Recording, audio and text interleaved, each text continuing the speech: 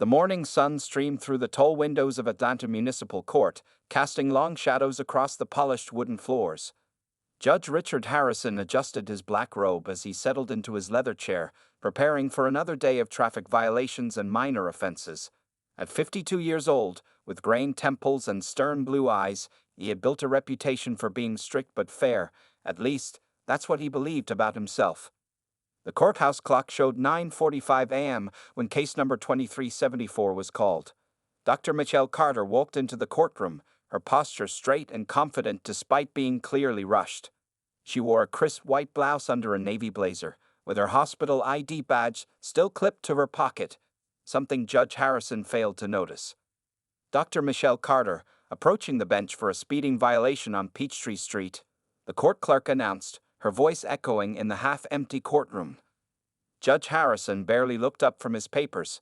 It was his third year serving on the municipal court, and traffic violations had become routine. He glanced at the ticket. 47 miles per hour in a 35 miles per hour zone, issued at 11:30 p.m. on a Tuesday night. Ms. Carter, he began, deliberately ignoring the doctor title, how do you plead to the charge of exceeding the speed limit? Michelle stood straight, her voice clear and professional. Your Honor, I would like to explain the circumstances. I was responding to an emergency call from the hospital. I'm a cardiac surgeon and... Miss Carter, Judge Harrison interrupted, his tone carrying a hint of impatience. A simple guilty or not guilty will suffice. We have a full docket today. The young police officer who had issued the ticket shifted uncomfortably behind Michelle. He remembered that night clearly, how Dr. Carter had shown him her hospital ID and explained about the critical patient. He had still issued the ticket, following protocol, but had noted the circumstances in his report. Not guilty, Your Honor, Michelle replied, maintaining her composure. And I would appreciate being addressed as Dr. Carter.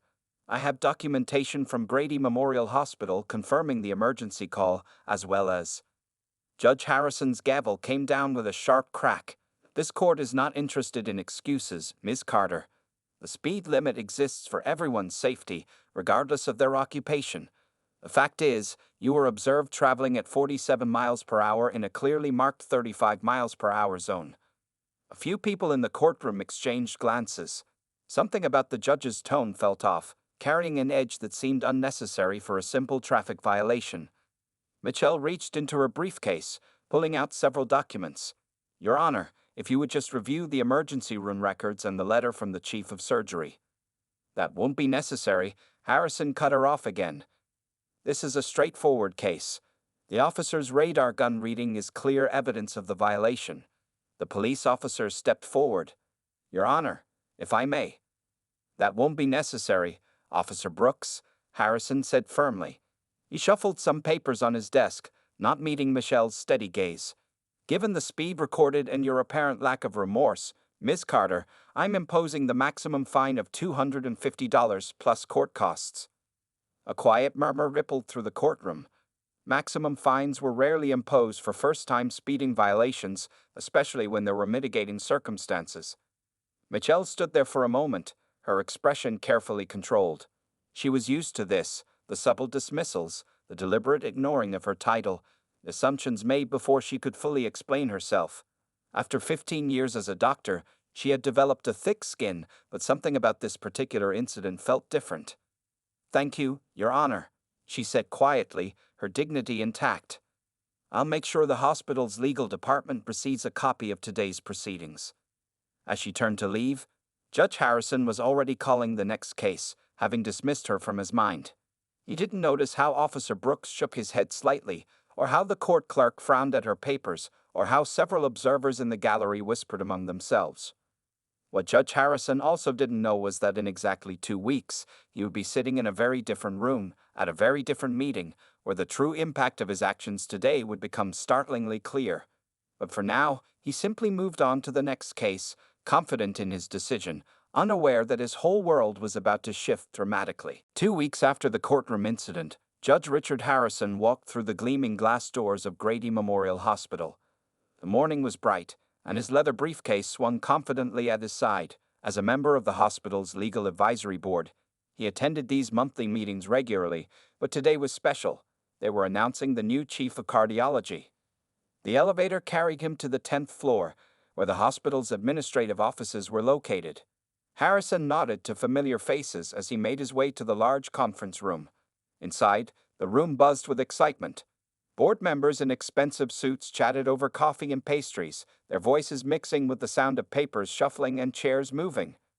"Richard, good to see you," called Dr. James Wilson, the hospital CEO. "We got quite an announcement today. Quite an announcement indeed." The older man's eyes twinkled with satisfaction, like someone who knew a particularly good secret. Harrison took his usual seat near the head of the long mahogany table.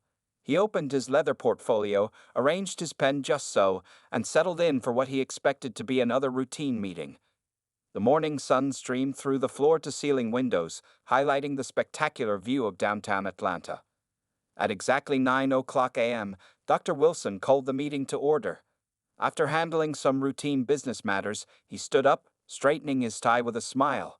"Ladies and gentlemen, as you know, we've been conducting a nationwide search for our new chief of cardiology. The candidate we've chosen has an impressive track record. Harvard Medical School graduate, completed residency at Johns Hopkins, pioneering research in minimally invasive cardiac procedures, and a remarkable 98% success rate in emergency surgeries." Harrison nodded approvingly. The credentials sounded excellent. "Moreover," Dr. Wilson continued, "she's been with Grady Memorial for the past 8 years, building our cardiac unit into one of the finest in the Southeast. Please join me in welcoming our new chief of cardiology, Dr. Michelle Carter." The door opened, and Harrison's world tilted sideways. Walking into the room was the same woman he had found 2 weeks ago, the one whose explanations he had dismissed, whose title he had ignored, and whose professional dignity he had carelessly disregarded. Dr. Michelle Carter strode confidently to the front of the room, her white coat pristine, her hospital ID badge now accompanied by a new one marking her elevated position. Harrison felt the blood drain from his face. His pen slipped from his suddenly numb fingers and rolled across the table. "Thank you, Dr. Wilson," Michelle said, her voice clear and professional, the same voice that had tried to explain about an emergency call in his courtroom. "I'm honored to accept this position and excited about the future of our cardiology department." As she began outlining her vision for the department, Harrison sat frozen in his chair. Memories from the courtroom played in his mind. How he had repeatedly called her Ms. Carter, how he had dismissed her explanation about the emergency, how he had imposed the maximum fine without even looking at her documentation. The other board members were nodding enthusiastically as Dr. Carter described her plans for expanding emergency cardiac care services. Harrison noticed how they addressed her with respect, how they leaned forward to catch her words, how they treated her as the accomplished professional she clearly was. "And of course," Dr. Carter continued, her eyes moving across the room until they met Harrison's, "I look forward to working closely with all board members, including our legal advisory team, to ensure we're providing the best possible care while maintaining proper protocols." There was no anger in her voice, no hint of recognition or resentment. She was every inch the consummate professional, but Harrison felt the weight of her gaze. He managed a weak nod, his collar suddenly feeling too tight. As the meeting concluded and people began to gather their things, Harrison remained seated, still processing the magnitude of what had just happened. He watched as board members congratulated Dr. Carter, shaking her hand and offering warm wishes. Dr. Wilson approached him.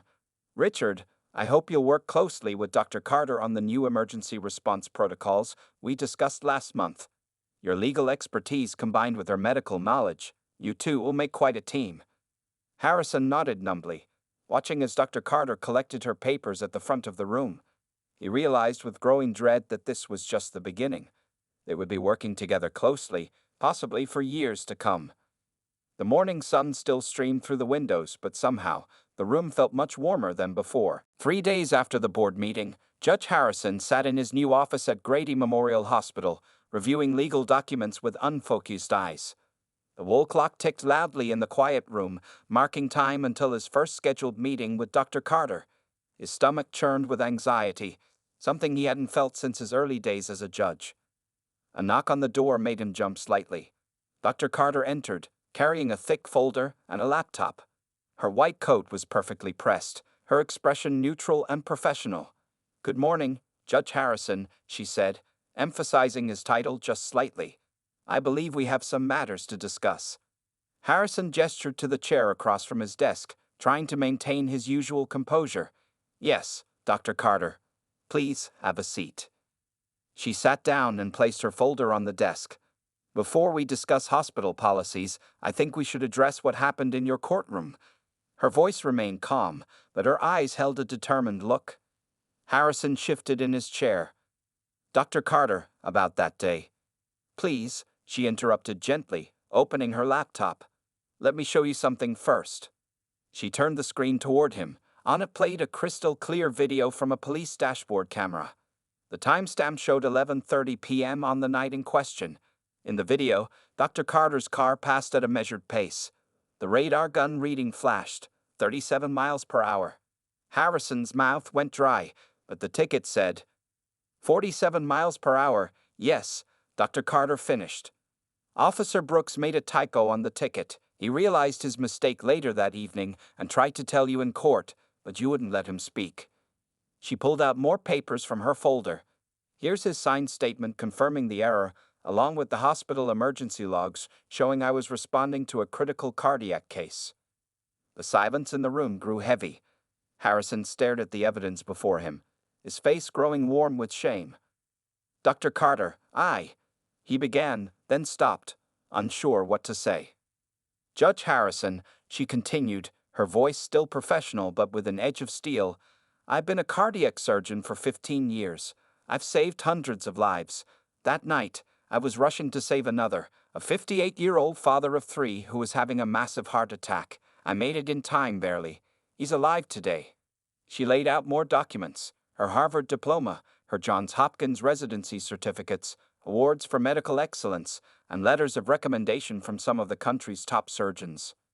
These were all in my briefcase that day in court, she said quietly. I tried to show them to you, to explain my situation, but you wouldn't even look at them.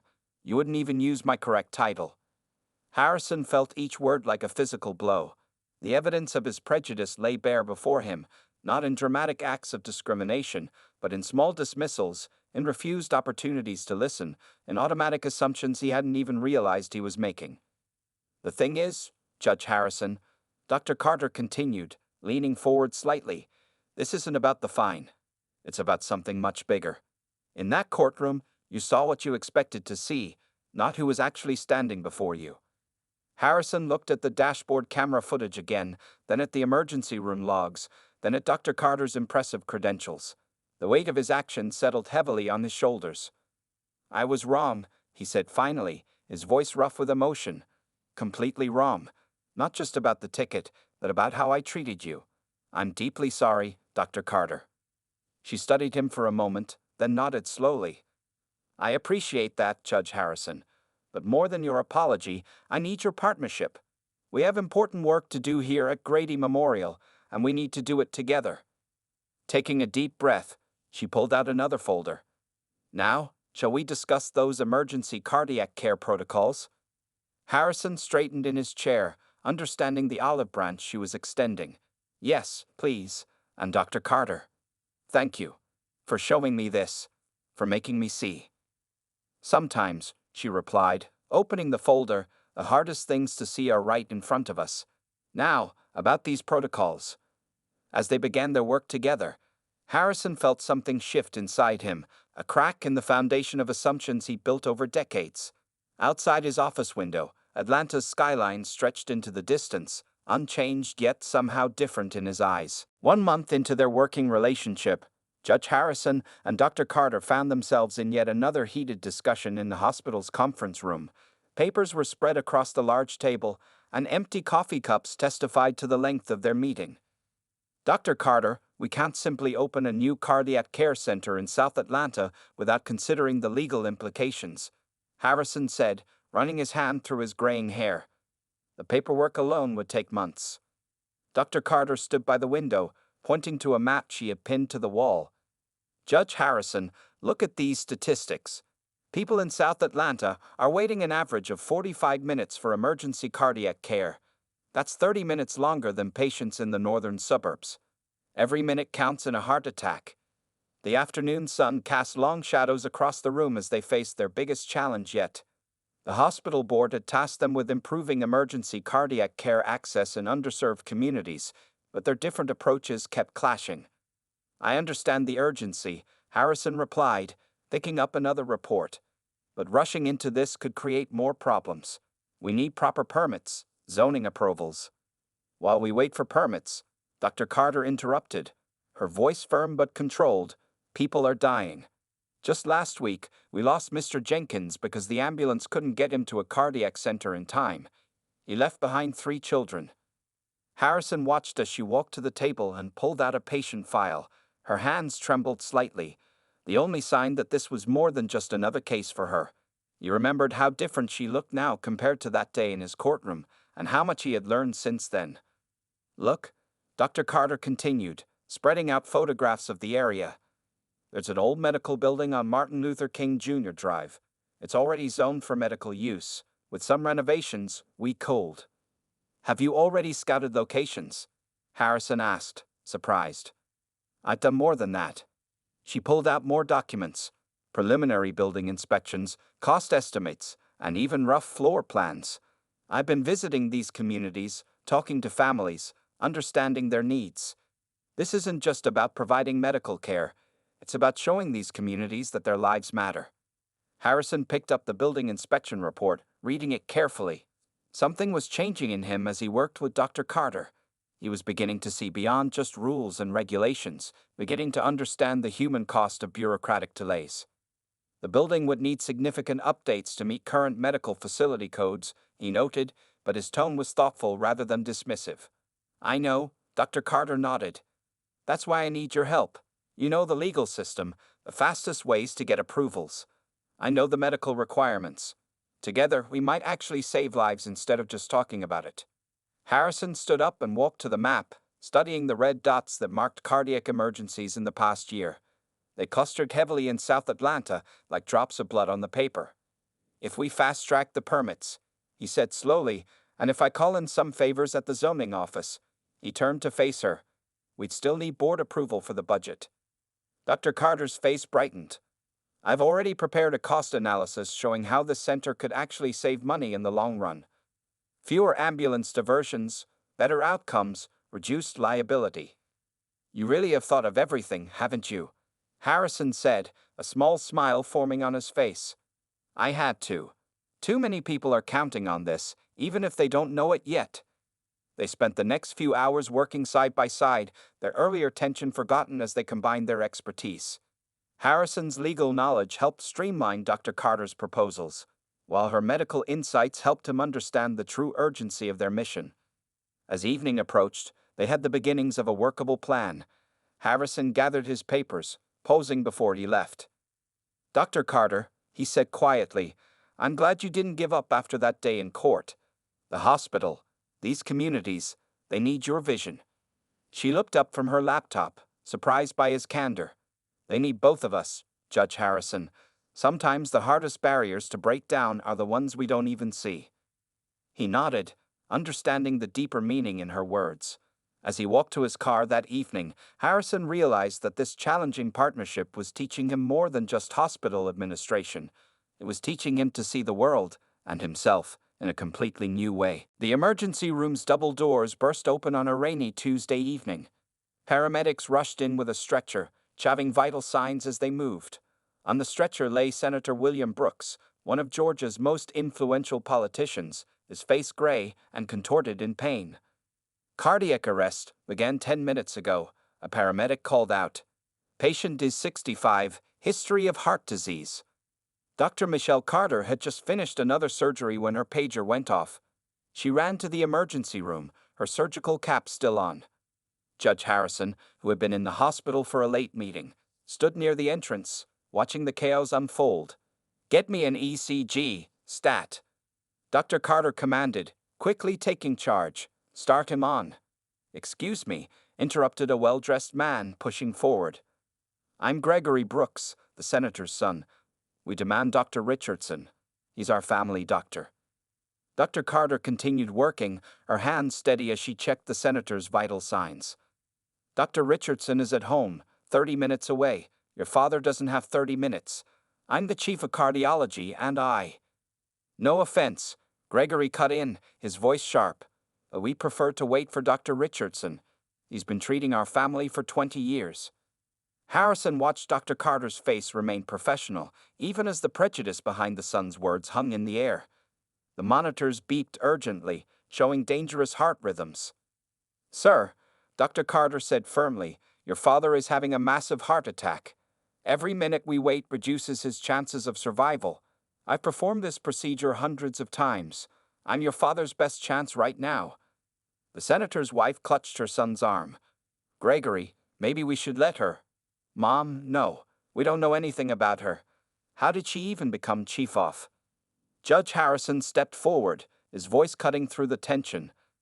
Dr. Carter is the finest cardiac surgeon in this hospital. I've seen her credentials, her success rates, and her dedication firsthand.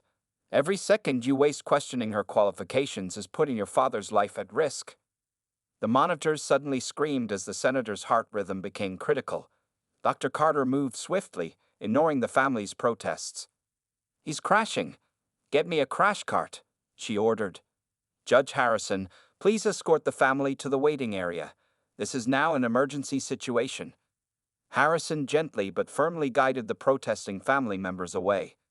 Through the window, they watched as Dr. Carter worked with incredible speed and precision, her movements sure and practiced. Charging to 300. Clear. The senator's body jerked as the defibrillator discharged. Long seconds passed. Then, miracle of miracles, a steady beat resumed on the monitor. We have rhythm, Dr. Carter announced. Get an oar prepped. He needs emergency bypass surgery. 4 hours later, Dr. Carter emerged from the operating room, tired but successful. The family stood up as she approached, their earlier hostility replaced by shocked gratitude. The surgery was successful, she said professionally. We placed 3 bypasses. Your father is stable and should make a full recovery. Gregory Brooks stood awkwardly, his earlier arrogance deflated. Dr. Carter, we, thank you. She nodded acknowledgement, then turned to leave. Harrison, who had stayed throughout the surgery, fell into step beside her. That was incredible, he said quietly. How do you handle it? The prejudice, the doubt, the constant need to prove yourself. Dr. Carter stopped walking, her exhaustion showing for just a moment. I handle it because I have to. Because every time someone like Senator Brooks survives, it's not just a life saved, it's a mind changed. Maybe next time his family sees a black doctor, they'll remember tonight. Harrison thought about his own transformed perspectives since that day in his courtroom. You changed my mind, he admitted. I didn't even realize how biased I was until you forced me to see it. A small smile touched her lips. The hardest prejudices to fight are the ones people don't even know they have. But tonight, we didn't just save a senator, we saved a father, a husband. That's what matters. As they walked toward the hospital cafeteria for much-needed coffee, Harrison realized that Dr. Carter had taught him more about justice in these few months than his years on the bench. Sometimes the most powerful lessons came not from law books, but from watching someone rise above prejudice to simply do what's right. Judge Harrison sat in the back of a crowded conference room at Grady Memorial Hospital, watching Dr. Carter give a presentation about unconscious bias in medical care. It was his 3rd diversity workshop this month, but this time he wasn't there because he had to be. He wanted to learn. Even a few seconds of hesitation can cost a life, Dr. Carter explained, showing slides of emergency room statistics. When we let our assumptions affect our judgment, patients suffer. Harrison thought back to the incident with Senator Brooks 2 weeks ago. He remembered the family's instant distrust, their automatic assumption that a white male doctor would be better qualified.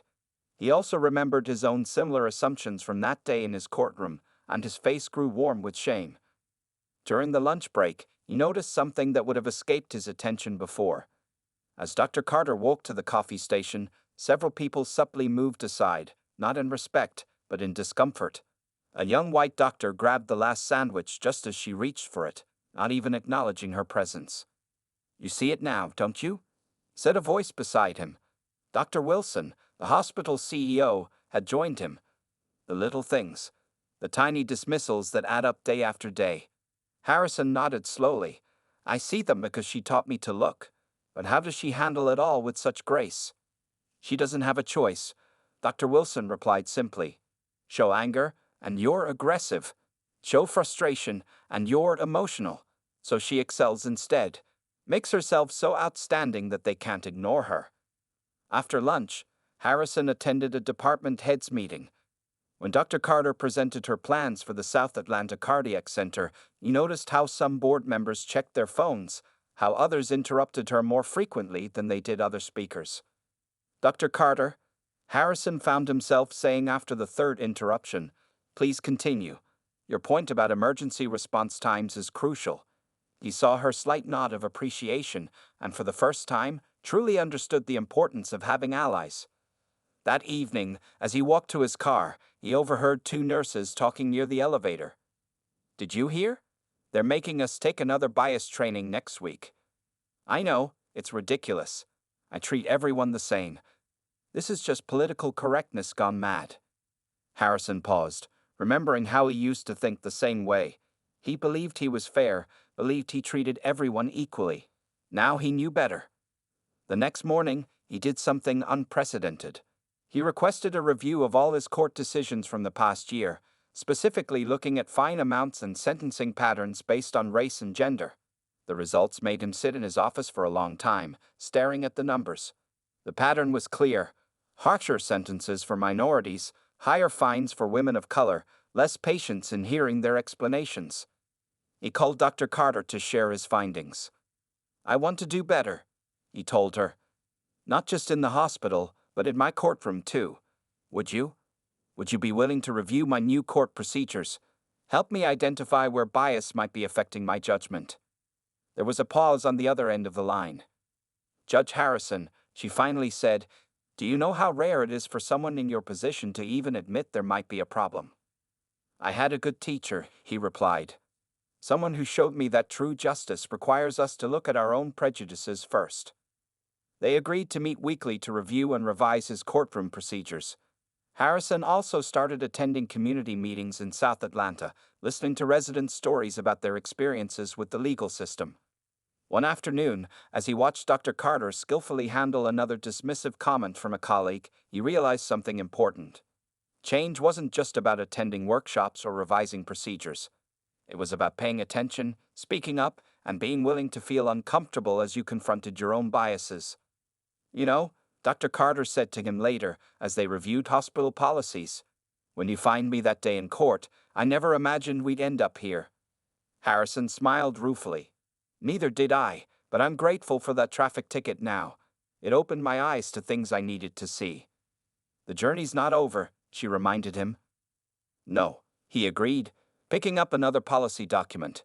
But at least now I know I'm heading in the right direction. The Atlanta Judicial Review Board meeting room was packed on a warm Thursday morning.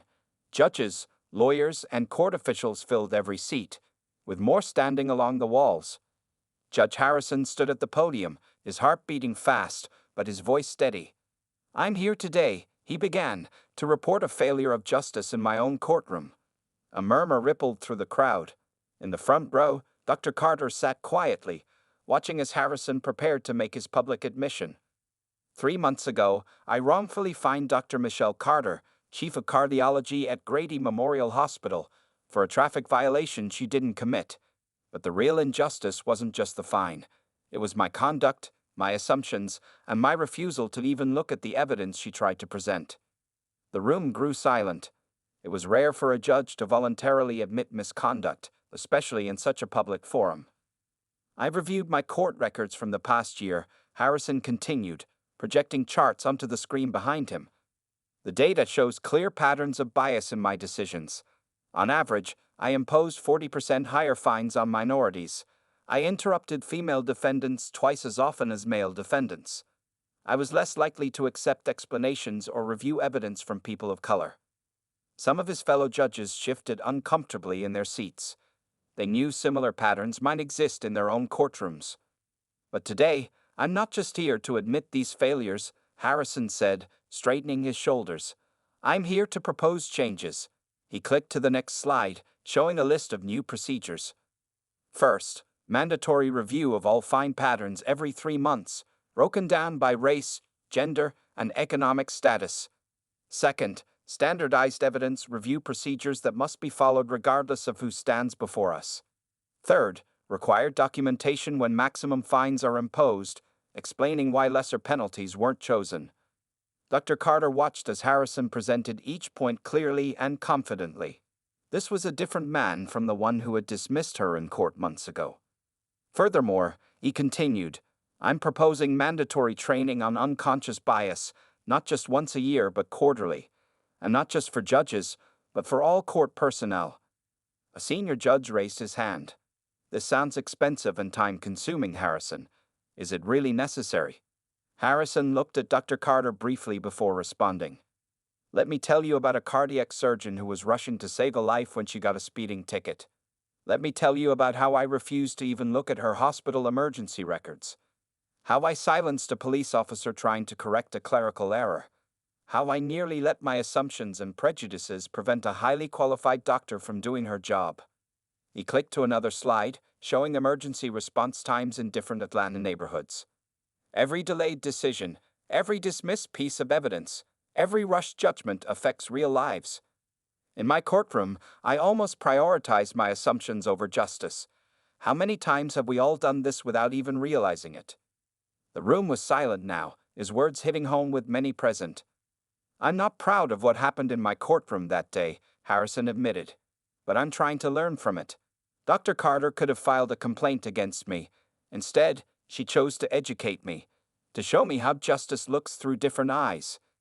He introduced his final proposal, a new oversight committee that would include community members from all parts of Atlanta, ensuring diverse perspectives in judicial review processes.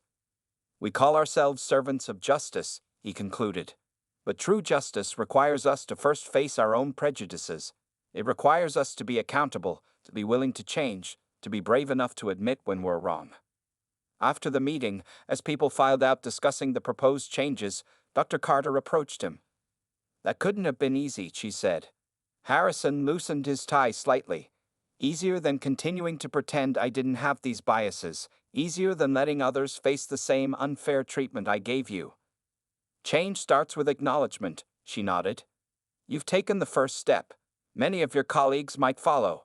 Looking around at the dispersing crowd, Harrison saw several judges already discussing the new proposals, some nodding thoughtfully. Maybe, he said hopefully, we can make the system a little fairer, one courtroom at a time. One mind at a time, Dr. Carter corrected gently. Just like you changed yours. 1 year after the traffic court incident, Judge Harrison and Dr. Carter stood together at the grand opening of the South Atlanta Cardiac Care Center. A large crowd had gathered, hospital staff, community members, and city officials all mingled under the bright autumn sun. The new facility gleamed, its modern exterior a stark contrast to the abandoned medical building it had once been. A red ribbon stretched across the entrance, waiting to be cut. Behind it, state-of-the-art cardiac equipment could be seen through the windows, ready to serve a community that had waited too long for proper medical care. Hard to believe this all started with a traffic ticket, Harrison said quietly, standing next to Dr. Carter as they waited for the ceremony to begin. She smiled, adjusting her white coat. Sometimes the best changes come from unexpected places. The past year had transformed both their lives. The judicial reforms Harrison proposed had been adopted by courts across Atlanta. Bias training was now mandatory for all judges, and fine patterns were regularly reviewed for signs of discrimination. In his own courtroom, he had become known for his careful attention to evidence and his fair treatment of all defendants. Dr. Carter's cardiac center had already saved dozens of lives during its soft opening phase. Emergency response times in South Atlanta had dropped from 45 minutes to just 12. The hospital board had even started using their partnership as a model for other departments. Mayor Johnson stepped up to the podium. Today, she announced, we celebrate more than just a new medical facility. We celebrate what can happen when people work together, when they learn from each other, when they choose to see beyond their assumptions. As the mayor spoke, Harrison looked around at the crowd. He saw Gregory Brooks, Senator Brooks' son, who now regularly volunteered at the hospital. The senator himself had become a strong supporter of the cardiac center after his recovery. Even Officer Brooks, who had written the original traffic ticket, was there, now serving on the police department's community relations board. I'd like to invite our co-chairs, Judge Richard Harrison and Dr. Michelle Carter, to cut the ribbon, the mayor announced. They stepped forward together, accepting the large ceremonial scissors. As cameras flashed, Harrison remembered their first real conversation in his hospital office when she had shown him the dashboard camera footage. How angry and defensive he had felt then, and how grateful he was now for that moment of truth. On three, Dr. Carter said, 1, 2, 3. The ribbon fell, and applause erupted. As people began touring the facility, an elderly woman approached them, tears in her eyes. "My Harold," she said, clutching Dr. Carter's hand. "He had his heart attack last week. If this center hadn't been here." She turned to Harrison. "Thank you both. Thank you for caring about our community." Later, as the crowd thinned, Harrison and Dr. Carter walked through the new facility. Each room was equipped with the latest technology, each waiting area designed to be welcoming and comfortable. The walls displayed artwork from local artists, making the space feel like it truly belonged to the community. "You know," Harrison said, stopping by a window that overlooked the neighborhood, "I used to think justice was just about following the law. Black and white, right and wrong." Dr. Carter joined him at the window. "And now I know it's about seeing people, really seeing them, their circumstances, their challenges, their humanity." "You taught me that." "We taught each other," she corrected. "Your willingness to change, to admit mistakes, to fight for reforms, that taught me not to give up hope for change." A code blue alarm suddenly rang through the halls. Dr. Carter straightened immediately, her professional instincts kicking in.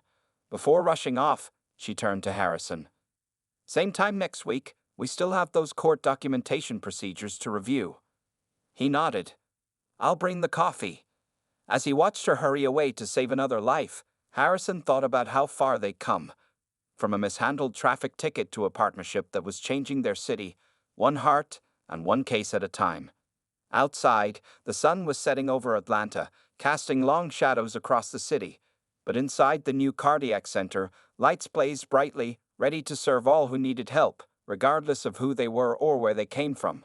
It was, Harrison realized, what justice and healing looked like when they worked together.